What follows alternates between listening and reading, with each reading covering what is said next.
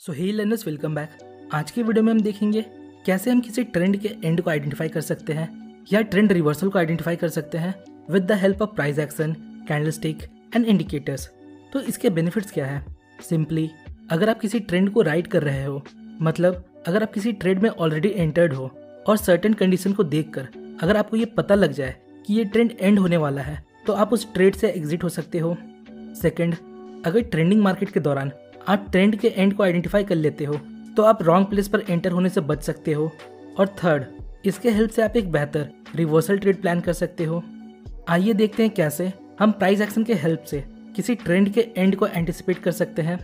तो इसके 4 कंपोनेंट्स हैं, आइए एक एक करके देखते हैं। First, price approaches the higher time frame structure. Suppose ये डेली टाइम फ्रेम है, तो डेली टाइम फ्रेम के लिए हायर स्ट्रक्चर क्या होगा? Maybe weekly time frame.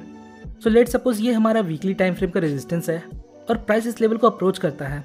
So there is a possibility कि प्राइस यहाँ से रिवर्स हो जाए, क्योंकि बड़े टाइम फ्रेम का की लेवल छोटे टाइम फ्रेम में प्राइस के लिए स्ट्रॉन्ग हर्डल्स का काम करता है। और सिर्फ ये हॉरिजॉन्टल लेवल के लिए नहीं है, ये स्लैंटेड लेवल्स पे भी अप्लाई होता है, जैसे ट्रेंड लाइन। फॉर एग्जाम्पल, ये हमारा डेली चार्ट है और प्राइस इन पिवट पॉइंट से रिवर्स हो जाता है। पर क्यों? क्योंकि यहाँ वीकली टाइम फ्रेम का ट्रेंड लाइन है। सो रिमेंबर वन थिंग, बड़े टाइम फ्रेम का स्ट्रक्चर, चाहे वो सपोर्ट एंड रेजिस्टेंस हो, डिमांड या सप्लाई हो, या ट्रेंड लाइन हो, ये छोटे टाइम फ्रेम के लिए स्ट्रॉन्ग हर्डल्स का काम करते हैं। तो इस बेसिस पर आप किसी ट्रेड से एग्जिट हो सकते हो। Next point, candle of trending move getting smaller. तो पहले जिनको नहीं पता उनको बता दूं, ट्रेंडिंग मूव का मतलब वो मूव जो ट्रेंड के डायरेक्शन में होता है। मतलब अगर अप ट्रेंड है तो ये हमारा ट्रेंडिंग मूव होगा, और इसके अगेंस्ट ये जो छोटे मूव्स हैं अपोजिट डायरेक्शन में, इसे हम रिट्रेसमेंट मूव बोलते हैं। So candle of trending move getting smaller, इसका मतलब सपोज ट्रेंडिंग मूव के जो कैंडल्स है उनका साइज छोटा होते जा रहा है, और साथ ही साथ ट्रेंडिंग मूव का रेंज भी छोटा होते जा रहा है। तो इसका मतलब यहाँ बाइंग प्रेशर कम होते जा रहा है, और ऐसा करते हुए ये हायर टाइम फ्रेम के स्ट्रक्चर को अप्रोच करता है। तो ये हमें इंडिकेट करता है अब यहाँ ट्रेंड एंड हो सकता है। Next, candle of retracement move getting larger. मतलब जो रिट्रेसमेंट मूव है उनके कैंडल्स का साइज बड़ा होते जा रहा है। तो इसका मतलब यहाँ अपोजिंग सेलिंग प्रेशर इंक्रीज हो रहा है, और इस प्रकार ये हायर टाइम फ्रेम के स्ट्रक्चर को अप्रोच करता है।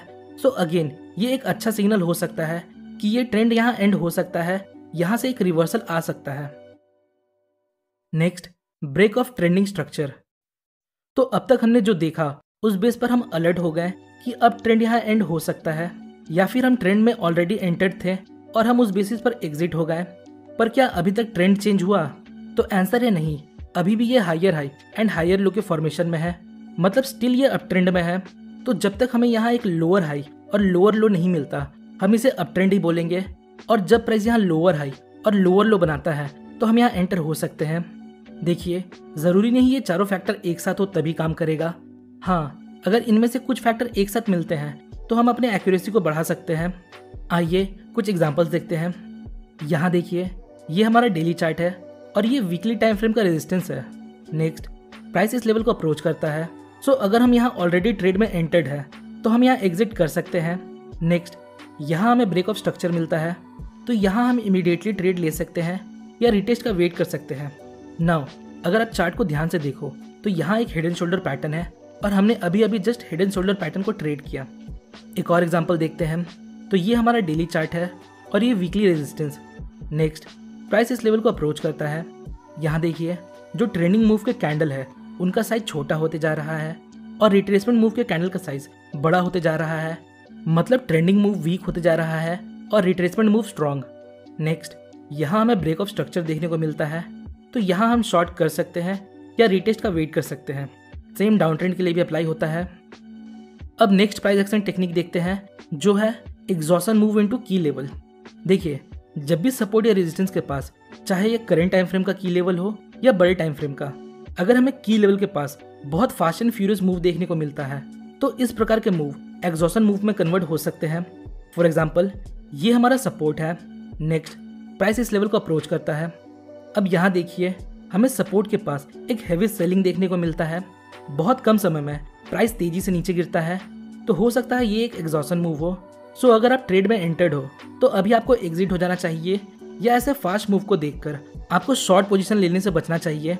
हम जैसे इमेच्योर ट्रेडर सोचते हैं प्राइस बहुत तेजी से गिरा है ये सपोर्ट को ब्रेक कर देगा और हम फोमो के चक्कर में ट्रेड में एंटर हो जाते हैं, पर हमें की लेवल के पास ऐसे फास्ट एंड फ्यूरियस मूव को अवॉइड करना चाहिए। नेक्स्ट टेक्निक को देखते हैं जो है वेज ब्रेक। वेज पैटर्न आप लोगों को पता ही होगा, ये एक बहुत पावरफुल पैटर्न है जिसका यूज प्रोफेशनल ट्रेडर्स ट्रेड से एग्जिट होने के लिए करते हैं। ये हमें चार्ट में कुछ इस प्रकार से दिखता है। ट्रेंडिंग मार्केट के दौरान हमें दो ट्रेंड लाइन सेम डायरेक्शन में मूव करते हुए मिलते हैं और मूव करते हुए ये एक दूसरे को कॉन्ट्रैक्ट करते हैं, मतलब करीब आते रहते हैं। हमने इन पॉइंट्स के बेस पर वेज पैटर्न ड्रॉ किया तो इसे हम बोलते हैं राइजिंग वेज। इस पैटर्न के बनने के बाद अगर प्राइस लोअर ट्रेंड लाइन को ब्रेक करता है तो हम यहाँ एग्जिट हो सकते हैं या हम रिवर्सल ट्रेड प्लान कर सकते हैं। इंपॉर्टेंट थिंग, अगर राइजिंग वेज बड़े टाइम फ्रेम के रेजिस्टेंस पे बनता है तो ये हमारे विनिंग के चांसेस को बढ़ा देता है। इसी के अपोजिट हमें फॉलिंग वेज देखने को मिलता है। आइए अब अगला तरीका देखते हैं जिसके हेल्प से हम एंड ऑफ अ ट्रेंड पता लगा सकते हैं। वो है RSI डाइवर्जेंस एट की लेवल। देखिए, यहाँ हम सिर्फ डाइवर्जेंस का बात नहीं कर रहे हैं, हमने यहाँ एक स्पेशल वर्ड जोड़ा है, डाइवर्जेंस एट की लेवल। मतलब हमें डाइवर्जेंस कभी भी और कहीं भी नहीं देखना है, क्योंकि डाइवर्जेंस चार्ट पर फॉर्म होते रहते हैं, पर हमें डाइवर्जेंस को कहाँ इंपॉर्टेंट देना है। सो हमें डाइवर्जेंस को की लेवल पर इंपॉर्टेंट देना है, लाइक सपोर्ट, रेजिस्टेंस, सप्लाई या डिमांड जोन। की लेवल या तो सेम टाइम फ्रेम का हो या हायर टाइम फ्रेम का हो। डाइवर्जेंस के ऊपर मैंने एक ऑलरेडी वीडियो बनाई है, आप उसको देख सकते हो। आइए एग्जांपल देखते हैं। सो ये हमारा रेजिस्टेंस है। नेक्स्ट, प्राइस इस रेजिस्टेंस को अप्रोच करता है। नेक्स्ट, यहाँ देखिए price kind of double top form करता है, but at the same time RSI lower top बनाता है। मतलब ये क्लास B बेरिश डाइवर्जेंस है, जो कि एक स्ट्रॉन्ग डाइवर्जेंस है। और साथ ही साथ प्राइस अभी रेजिस्टेंस पर है, तो इसके लो ब्रेक पर हम एक शॉर्ट ट्रेड प्लान कर सकते हैं।